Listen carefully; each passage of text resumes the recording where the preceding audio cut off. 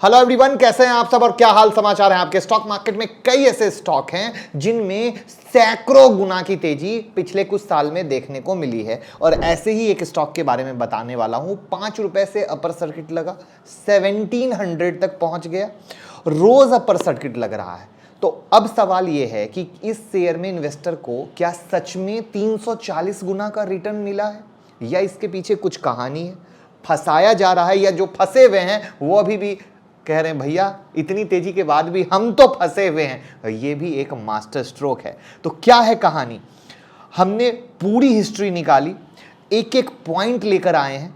तो हिस्ट्री से लेकर प्रेजेंट तक की आपकी जर्नी हम आपको दिखाएंगे जिससे आप समझ सकेंगे जो आज ले रहे हैं उनका भी कोई मजा नहीं है और जो पुराने वाले हैं वो भी अभी फंसने की ही कहानी और कुछ नहीं है। हम लाए हैं एक book, what every Indian should know before investing, book summary, वो भी हिंदी में। बुक के राइटर हैं विनोद पोटियल जी। इन्होंने इन्वेस्टमेंट करने से पहले सारे इंपॉर्टेंट पॉइंट को कवर किया है जो आपको ध्यान में रखना चाहिए, जैसे कि आपको कितना पैसा सेव करना चाहिए, करंट सिचुएशन के हिसाब से इन्वेस्टमेंट के ऑप्शन कौन कौन से हो सकते हैं, किस एज में कितना इन्वेस्ट करना चाहिए। तो आप इन सब सवाल के जवाब एक बुक समरी के रूप में कुकू एफएम पर सुन सकते हैं। तो डिस्क्रिप्शन में दिए गए लिंक से अभी डाउनलोड कीजिए कुकू एफएम और पाएं 50% डिस्काउंट और यूज करें कूपन कोड April50। सिर्फ 27 अप्रैल से 1 मई तक वैलिड है। हम कंपनी का नाम ऑलवेज बताते हैं, वापस से बताएंगे।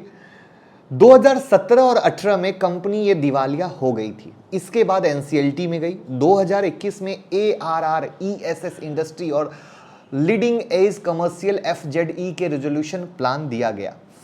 मार्च 2021 में प्लान स्वीकार हुआ। कंपनी की कुल देनदारी 7200 करोड़ थी, लेकिन लेंडर्स को 85% के आसपास हेयर कट मिला। रिजोल्यूशन प्लान में 99.9% इक्विटी डाइल्यूट की गई, केवल 0.1% इक्विटी आखिर में बची। अब स्कीम के तहत जो फाइनेंशियल क्रेडिटर्स थे उनको एनसीडी और शेयर जारी किए गए। ARR, ESS को भी एनसीडी और शेयर दिए गए। कंपनी की फाइनेंशियल कंडीशन खराब थी, कंपनी लगातार लॉस में थी, जो आपके सामने दिख रहा है। 2021 में प्रॉफिट हुआ, लेकिन ये इम्पेरेंट लॉस वापस लिया गया था, जिसके कारण प्रॉफिट है, यानी ओरिजिनल कहानी नहीं है। तो ये रियल प्रूफ समझना जरूरी है, क्योंकि कुछ लोग कह रहे हैं अरे 2021 में मुनाफा हुआ इसलिए रैली हो रही है। नहीं भैया, सच हम आपके सामने लेकर आए हैं। इससे पहले लगातार 7-8 साल से कंपनी लॉस कर रही थी, जिसके चलते दिवालिया हुई थी। उसके बाद रिजोल्यूशन प्लान को अप्रूव किया गया, फाइनेंशियल क्रेडिटर्स को शेयर दिए गए, उसके बाद नए प्रोमोटर ARR, ESS को भी शेयर दिए गए। 8 मार्च 2021 में लास्ट ट्रेड हुआ था। 28 अक्टूबर 2021 को शेयर में फिर से ट्रेड हुआ। 9 मार्च 2021 को यह शेयर ₹1.14 पर था। तो यानी अगर उस वक्त किसी के पास एक शेयर, जिसकी आज की वैल्यू 1140 है, तब आज की तारीख की बात करें तो उसके पास एक ही शेयर बचे। वाई? क्योंकि 99.9% इक्विटी डाइल्यूट हुई थी। यानी अब एक शेयर की वैल्यू 1140 के सामने 1790 है। इसका मतलब असल में 50% का रिटर्न मिला। वहीं अगर 1000 से कम शेयर होते तो इक्विटी डाइल्यूट होने के बाद आपको कुछ नहीं मिलता। तो भैया, जब कंपनी एनसीएलटी में जाती है, रीस्ट्रक्चरिंग में जाती है, यही कहानी है। यानी अगर कोई उस समय से लेके बैठा हो तो उसको क्या मिला? 1000 पे एक शेयर। इतनी रैली के बाद भी क्या वो मुनाफे में है? कहेगा भैया अब तो हम एट पार आए हैं, पहले ये पॉइंट समझ लीजिए। और अब जो नए वाले हैं, रैली है, उस चीज को भी हम समझेंगे।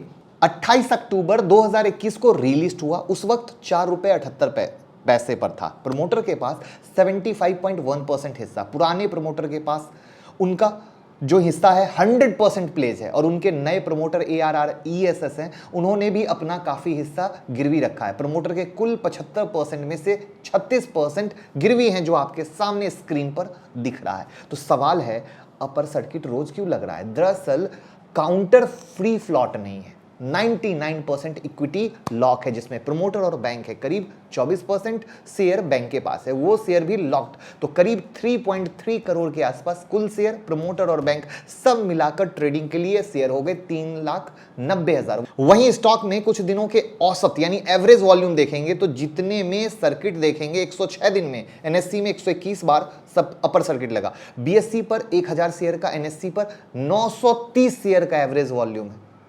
तो भैया यही है इसकी वॉल्यूम की कहानी, तो अपर सर्किट लगेगा क्यों नहीं? पॉइंट क्लियर हो रहा है। और इंटरेस्टिंग स्टोरी, बीएससी पर रेट 1700, एनएससी पर 850, ये सीधा आधा। क्यों? बीएससी पर 106 बार अपर सर्किट लगा, एनएससी पर 121, इसका मतलब 15 सेशन में बीएससी पर ट्रेड नहीं हुआ, इसलिए सर्किट भी अलग अलग चला। अब ऐसे शेयर में लगातार अपर सर्किट देखकर लोग अट्रैक्ट हो जाते हैं, उसके पीछे का पूरा गणित नहीं समझते, जबकि एनसीएलटी में कंपनी गई और वहां पर कहानी बहुत अलग हो जाती है। वो रेजोल्यूशन प्लान पे, जैसे आपके सामने सिंटेक्स था, वो कुछ अलग हुआ, यहां पे कुछ अलग हुआ। तो ये चीजें हमें समझनी है। कंपनी एनसीएलटी से निकल के आई तो कैसे आई, हुआ तो कैसे हुआ। तो यहां पर मेरे दोस्त, ये जो आपके सामने रैली नहीं रैला चल रहा है, इस रैले को देखकर कहीं से कुछ मत अट्रैक्ट होइए। गूगल पे डाल लीजिए, कंपनी के पास कोई कहानी नहीं, कोई अपर सर्किट नहीं। और जिस दिन मैं अभी अभी वीडियो शूट कर रहा हूं, आज पहला दिन है जहां पे शूट करते वक्त रेड कैंडल दिख रही है, तो क्या पता यहीं से पंप के बाद कहीं डंप देखने को मिले। क्योंकि एक चीज मैं बताऊं, एक शेयर और ऐसा ही है जहां ऑपरेटर कह लीजिए या लो वॉल्यूम के कारण कह लीजिए इस तरह का ट्रैप गेम चलता है, उसके बारे में मुझे वीडियो बनानी है। वहां पर शेयर 20,000 रुपए तक ले गए, 20,000 तक, और उसके बाद वहां से डंप किया गया। मैं बात कर रहा हूं आज जिस शेयर की, वो है सेल मैन्युफैक्चरिंग कंपनी लिमिटेड। जी हां, तो आई होप आप में से ये वीडियो देखकर क्या लर्निंग मिली, प्लीज कमेंट बॉक्स में बताइए।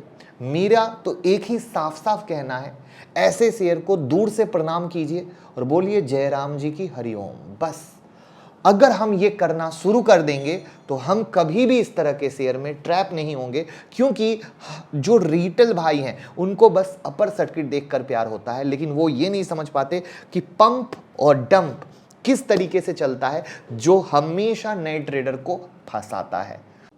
अगर आपको हमारे कंटेंट से 1% का भी वैल्यू एडिशन मिलता है तो डीमेट और ट्रेडिंग अकाउंट का लिंक डिस्क्रिप्शन में है। जीरोधा, अपस्टॉक, एंजल, जिनके साथ भी अकाउंट ओपन करना चाहते हैं, लिंक डिस्क्रिप्शन में है, उस लिंक से ओपन करें और हमें भी मोटिवेट करें। तो आई होप ये लर्निंग और अर्निंग पसंद आई हो तो वीडियो को लाइक, कमेंट, शेयर कर दीजिएगा, लोगों तक पहुंचाइएगा, सब लोग सीख सके। मैंने अपनी ड्यूटी पूरी कर दी, अब ड्यूटी आपके हवाले। Thank you so much.